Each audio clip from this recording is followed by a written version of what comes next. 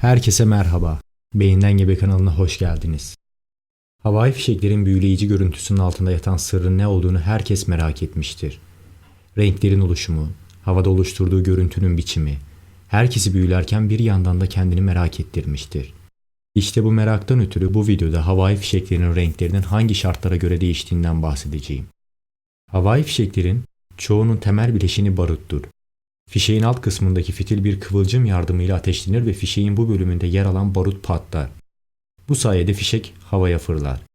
Daha sonra zaman ayarlı ikinci bir fitil devreye girer. Bu fitilin ateşlediği barut, yıldız adı verilen küçük parçaları patlatır.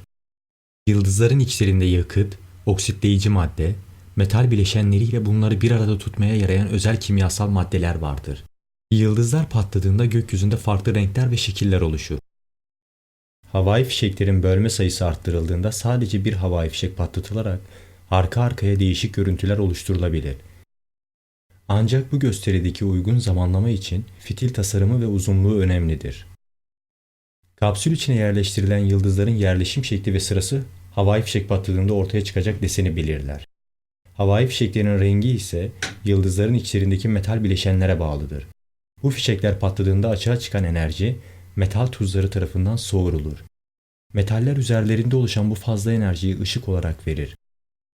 Böylece her metal yaydığı ışık dalga boyuna bağlı olarak farklı renkte görünür.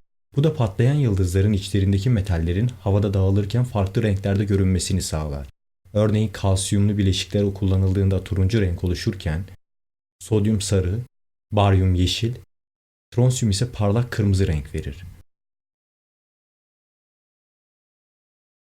Videomu izlediğiniz için çok teşekkür ediyorum.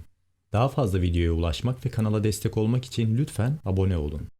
Bir sonraki videoda görüşmek üzere. Hoşça kalın.